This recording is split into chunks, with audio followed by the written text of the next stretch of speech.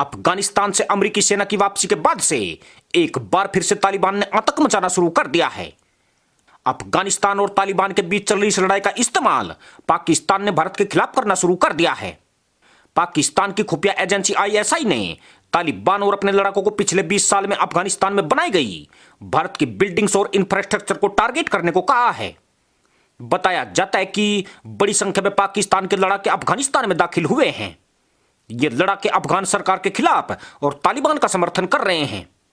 ये लोग भारतीय संपत्ति को नुकसान पहुंचा रहे हैं।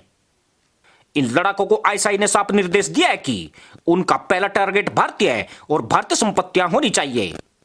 एक अनुमान के मुताबिक हाल ही में पाकिस्तान से 10,000 से ज्यादा लड़ाके अफगानिस्तान में दाखिल हुए हैं। 2001 में काबुल में तालिबान के खत्म हो जाने के बाद भारत ने अफगानिस्तान में करीब $3 अरब खर्च किए हैं। भारत ने वहां 218 किलोमीटर लंबी दिलाराम और जरांज के बीच एक सड़क भी बनाई है, जिसे इंडिया अफगानिस्तान फ्रेंडशिप डैम या सलमा डैम भी कहा जाता है। इसके अलावा भारत की मदद से ही अफगानिस्तान में संसद भी बनाई गई थी, जिसका उद्घाटन 2015 में ही हुआ है। तालिबान के एक बार फिर से एक्टिव हो जाने के बाद से अभी तक यह साफ नहीं है कि भारत वहां से अपनी मौजूदगी किस हद तक कम करता है। हालांकि कंस्ट्रक्शन वर्क से जुड़े भारतीयों को अफगानिस्तान से तुरंत निकालने की सलाह दी गई है, जबकि बाकी देश काबुल एयरपोर्ट पर नजर बनाए हुए हैं, जिसे जल्द ही अमेरिका तुर्की को सौंप सकता है। अफगानिस्तान में भारत के अब सिर्फ 2 ही संस्थान बचे हैं, जिसमें मजार शरीफ और काबुल में एम्बेसी शामिल है। कांधार में स्थित कॉन्सुलेट से हाल ही में भारतीय नागरिक और सिक्योरिटी को वापस बुला लिया गया है, जबकि जलालाबाद और हेरात स्थित कॉन्सुलेट पहले से ही बंद थे। इसी बीच अफगानिस्तान के राष्ट्रपति अशरफ गनी ने भारत को अपने देश के विकास में सच्चा भागीदार बताया है। एक दिन पहले ही उन्होंने पाकिस्तान तालिबान संबंधों को लेकर इमरान खान को खूब सुनाया था। अफगानी राष्ट्रपति ने प्रधानमंत्री नरेंद्र मोदी के साथ अपने संबंधों को लेकर भी बात की है।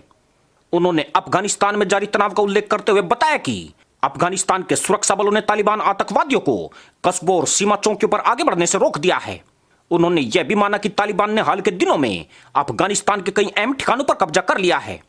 गनी ने कहा कि वे पाकिस्तान और तालिबान दोनों के साथ बातचीत के दरवाजे खुले रखेंगे।